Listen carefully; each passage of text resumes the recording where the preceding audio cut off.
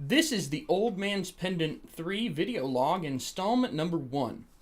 This is really new for me. I haven't ever started when I make a movie like this. I've never made a log of what I was doing. It was just sort of, let's turn on a camera over there somewhere, like the camera over there, and just let it run while we film stuff. Because a lot of the stuff I do is very much impromptu. It's on the spot. I don't really think very hard about it. I have an idea of what the story should be, but I'm not too worried about it. I don't put too much effort into trying to get everything rigid and right. And because of that lack of planning, I feel like even though all of my other films have their interest, The Old Man's Pendant 2 in particular is pretty good stuff. But I don't think that my lack of planning has helped very much with the quality. So, I've been trying to do a little bit more planning, write this thing, actually write this thing. One of the big things that I've decided is while I've got this snowfall outside, I'm going out and doing some shots where I don't have to talk, because I don't have to worry about miking it up. The snow acts like a reflector. I'm not really planning those shots. They're just B-roll anyway. What I'm planning for this movie is a much more interesting deal than the last one. Instead of having this sort of master-teacher thing, kind of like the Karate Kid, but not really with any kind of ending that you have some final boss that you have to deal with, instead of going that route with sort of the final boss thing, which I didn't do last time, I actually am bringing in multiple true villains this time. There will be bad guys. There will be real bad guys to fight, not just tests, not just random things that appear and go boo. The first one, really straightforward. It's just the guy's got hubris. He's got a serious stick up his butt, and he wants to have access to this strange occult power that this village used to have. That's it. It's really simplistic. The truth is, with the first movie, The Old Man's Pendant, I didn't plan anything.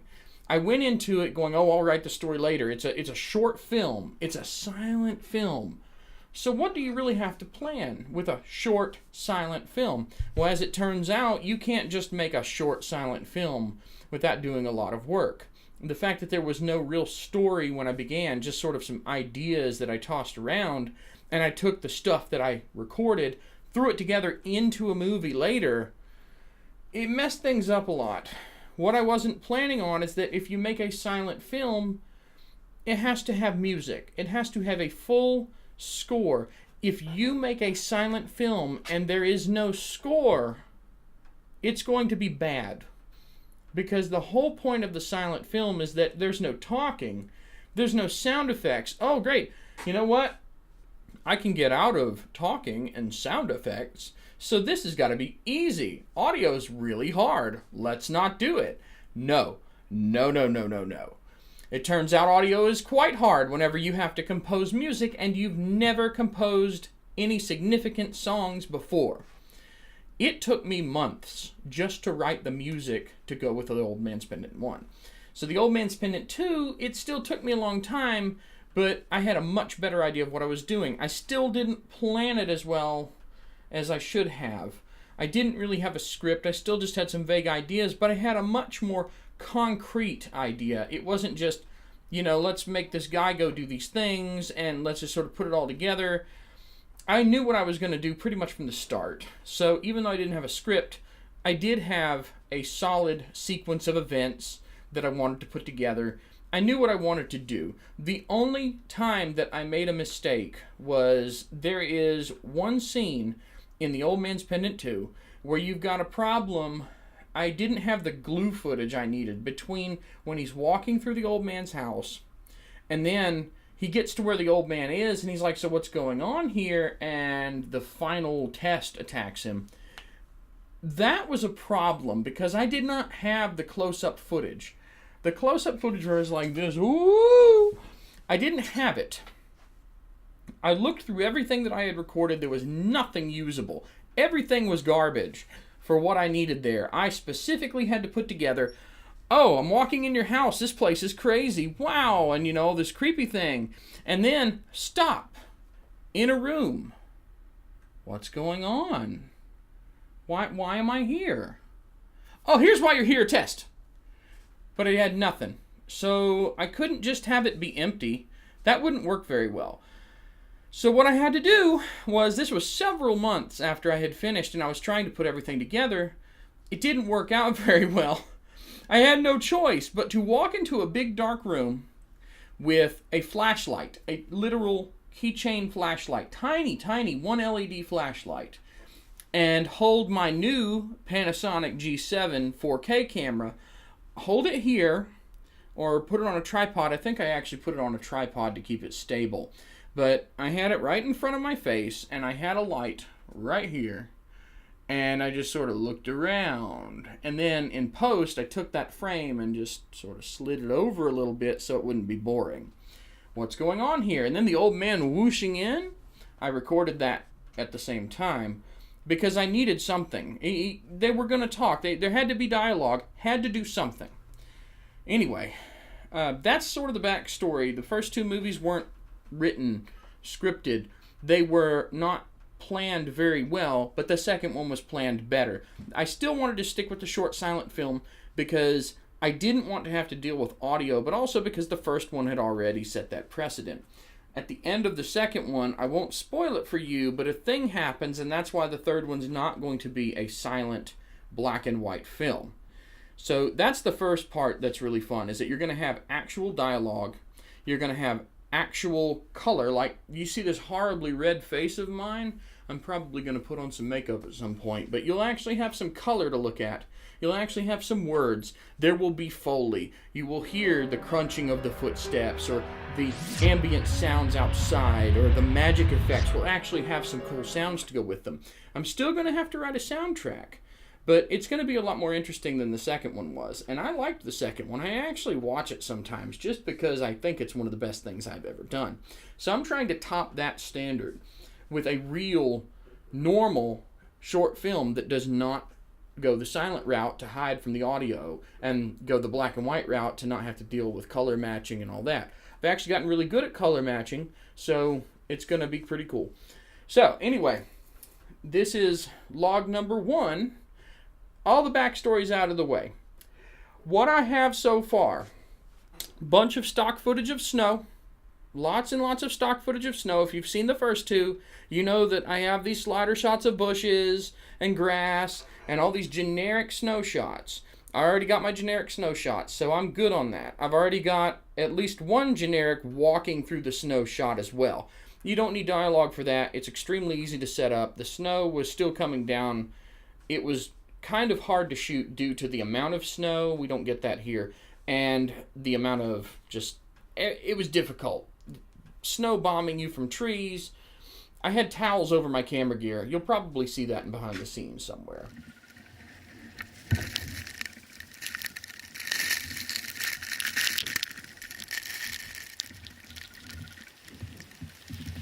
This isn't working well at all, is it? God almighty. So I've got some stock footage of that. I've been shooting some random effects footage, some stuff that I can throw into After Effects and expand everything a little bit. There's a children's toy that I was in front of one day. I don't even remember exactly what it was. You pounded on the top of it and it had these LED lights, and they just spun around and it played some song. But you bang it and the lights go around. So I took my, let me show you this. It's another thing that I didn't have before. I loaned it to my brother after I bought it. Didn't get it back for a year. This camera, I had it with me in my pocket, so I just recorded it. Well, the thing is, this thing, the shutter on the video, is just long enough that it made some really neat LED light trails. Kind of resembles the transporter on Star Trek in a vague way, I guess. Or maybe not. In any case, the point is, even something as simple as a spinning lit children's toy can provide the effects you need to make things look more interesting and less synthetic. When you make stuff in After Effects, you're always up against the problem that stuff made in After Effects, it doesn't necessarily look real unless you put an amazing amount of effort into it. I know this because I've been playing a lot with After Effects. I tried to make a video for someone. It looked fake, but it was fine because the fakery worked with what they were going for. But I was disappointed in how much trouble it took me to get it to not look fake.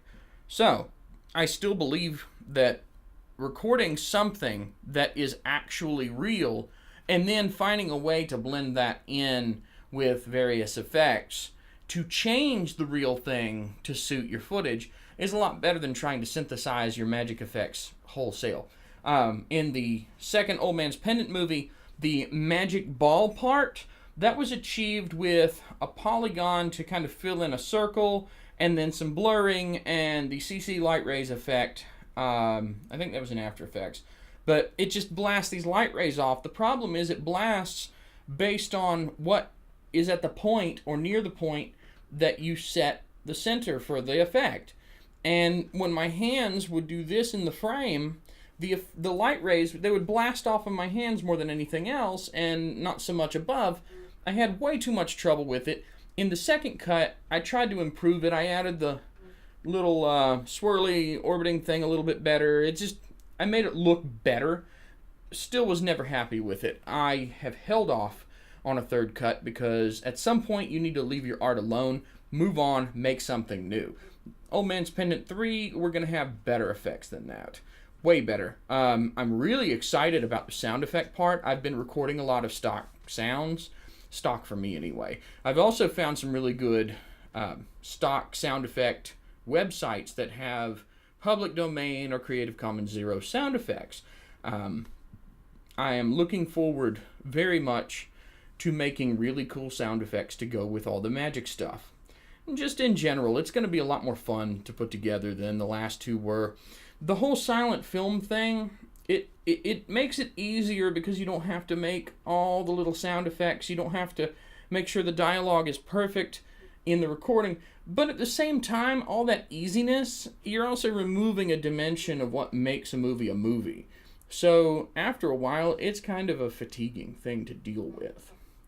I'm still going to be the only actor, at least so far. I haven't changed any plans on that.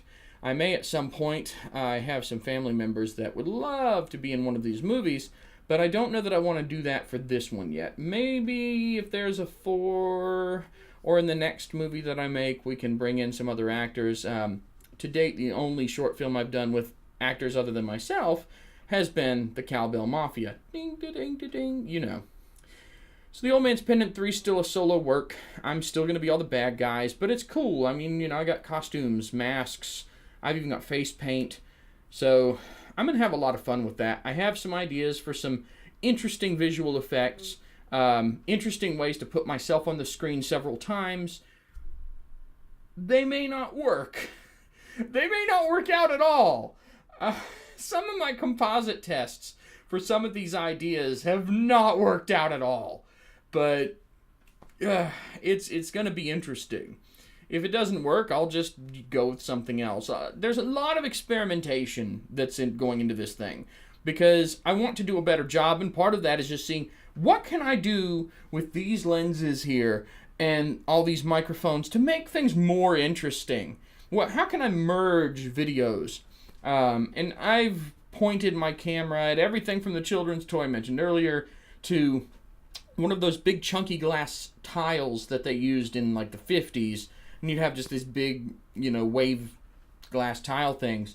I've got tons of time lapses. I've got a lot of video of that action camera over there being swung underneath a tree. I have a 10-foot pole now that I didn't have for the last one, and the action camera on the end of that pole is a lot of fun to wave around. There will be a lot more of a struggle element to this. It's not just going to be the simplistic master, student thing. Like I said, it's not going to be the first part of Karate Kid minus the bad guy. There's actually going to be bad guys. So it's sort of, think of it as a magical coming of age. The guy he's learned all this magic stuff, and he's now responsible for defending the world against demons. The problem is, even though he's got all this stuff and he's supposedly matured a bit in that regard, it's not easy. Or at least it's not going to be easy because I'm not going to make it easy. character is going to struggle a lot. By the end of it, it should be something very interesting to have watched, at least compared to what I've done. I'm not saying it's going to be perfect by any means. It's probably going to have some parts that I'm going to really hate whenever I do the first cut, and I've watched it a few hundred times. But it's going to be pretty cool. I've gotten a lot better at doing multicam stuff. If you watch the behind the scenes for the Old Man's Pendant 2, plays during the credits. If you watch the behind the scenes, you'll notice that I had about 3 cameras set up the whole time I was doing my backyard bits, and I'd occasionally whip out this action camera and wave it at things. I've gotten better since that movie with just setting up multiple cameras to capture multiple angles, and doing so in a way that is visually interesting, because any idiot can take one of these tripods and, take another tripod and point them both at the same thing. The problem is, it gets really boring really fast with these stupid tripod shots. They get so boring. So I've got some overhead stuff, some under stuff. You're going to see some pretty cool shots. At least I hope you will. If they don't work out, guess what? They're getting cut. There's going to be a lot of stuff on the cutting room floor. I guess I should stop. I've been talking for a while. But, it's not day 1. It's not even day 2. But it's log 1. There will be more in the future. And if I do a behind-the-scenes documentary about this, you can expect to see some of this stuff in it. I hope that you have enjoyed hearing me chatter about my stuff.